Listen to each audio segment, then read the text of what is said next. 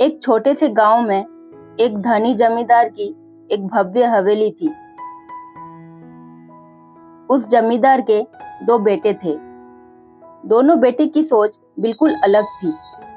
बड़ा बेटा, जिसका नाम हरीश था, जो घमंडी और लालच के लिए जाना जाता था, जबकि छोटा बेटा, जिसका नाम राजीव था, वो बहुत ही दयालु था। उसी गांव में दो बहनें माया और तारा रहती थीं, जो गुजारा करने के लिए संघर्ष करती थीं। माया, मेरी बहन, घर में खाने के लिए कुछ भी नहीं है, चलो मजदूरी करके कुछ पैसे का जुगाड़ करते हैं।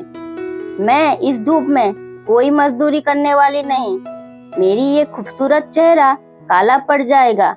अगर तुम मजदूरी करना चाहती हो तो तुम चली जाओ, लेकिन मैं नहीं जा सकती। बड़ी की बातें सुनकर तारा मजदूरी को चली जाती है। तारा जाते ही हरीश माया से मिलने आता है। हम दोनों कब तक ऐसे चुप चुप के मिलते रहेंगे? तुम अपने पिताजी से बोलो, फिर हम दोनों शादी कर लेते हैं। शाम होते ही तारा मजदूरी करके घर आती है। तुम्हारे गले में ये सोने की हार कहाँ से आई? मुझे हरीश ने दिया है। ओ हरीश, जो जमींदार का बेटा है? हाँ, मैं उससे प्यार करती हूँ, लेकिन वो बहुत ही अमीर है और हम गरीब। मुझे वो सब कुछ नहीं पता, मुझे सिर्फ हरीश से शादी करनी है। फिर मेरे पास बड़ा बड़ा हवेली, पैसा और सोने से जेवरात होंगे। मेरी बड़ी बहन, तुम लालच में अंधी हो गई हो। हरीश अपने पिताजी के विरुद्ध जाकर माया से शादी कर लेता है, फिर उसे हवेली ले आता है। इधर तारा अकेली घर में उदास रहती थी। अगले दिन तारा अपनी बहन से मिलने हवेली जाती है। तभी राजीव तारा को देखकर पागल हो जाता है। इतनी खूबसूरत लड़की, वो भी हमारे घर? एक खूबसूरत सी लड़की, कौन हो तुम? मैं अपनी माया बहन से मिलने आई हूँ।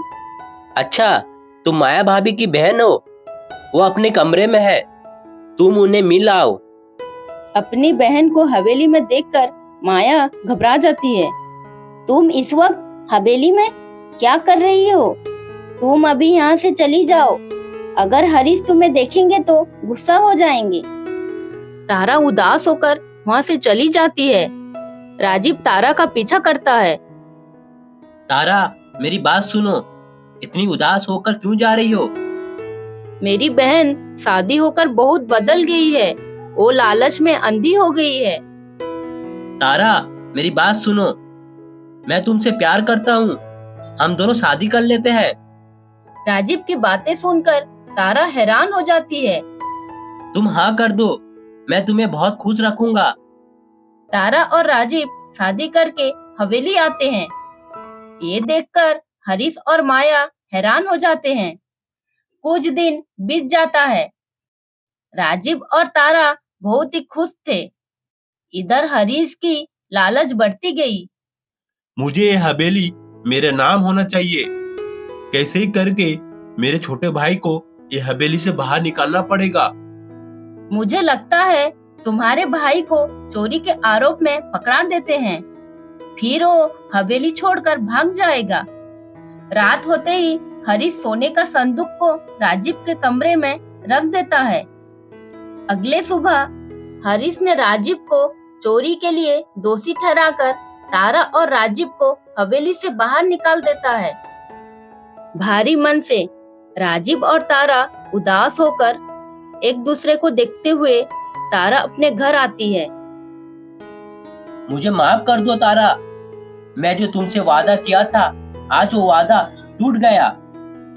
मुझे वो हवेली और संपत्ति नहीं चाहिए, मुझे सिर्फ तुम्हारा प्यार चाहिए।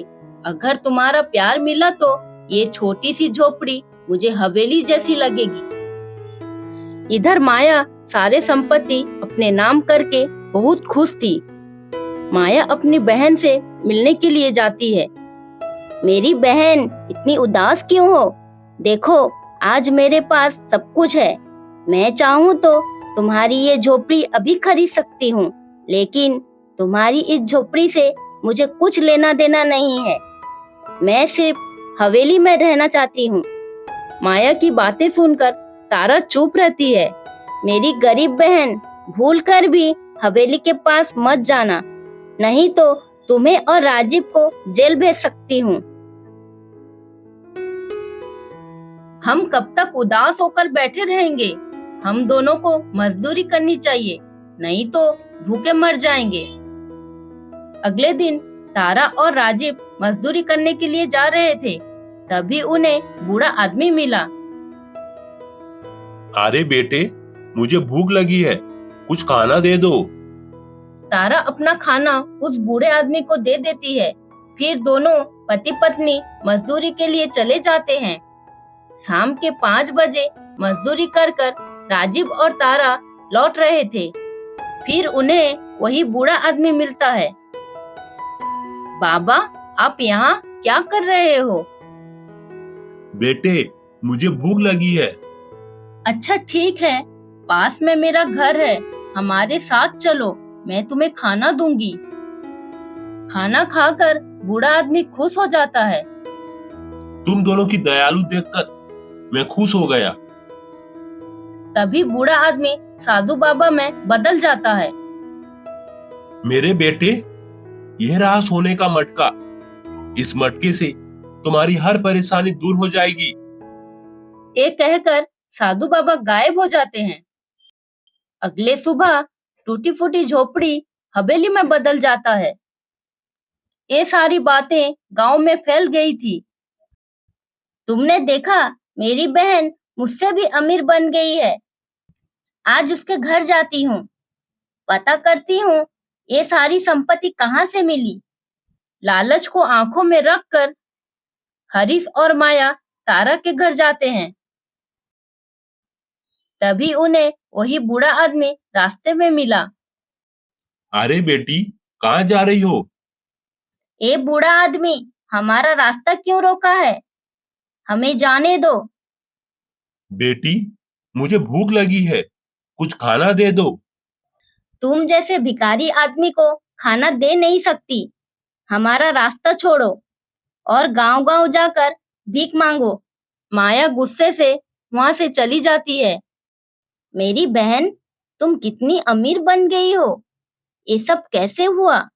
मुझे एक रास्ते पे बूढ़ा आदमी मिला, मैंने उन्हें खाना खिलाया। वो खुश होकर मुझे एक सोने का मटका दे गए। अच्छा, वो बूढ़ा आदमी जो अभी रास्ते पे मिला। माया और हरीश भागते हुए बूढ़े आदमी के पास जाते हैं। देखते हैं बूढ़ा आदमी गायब था। माया, तुमने ये क्या किया?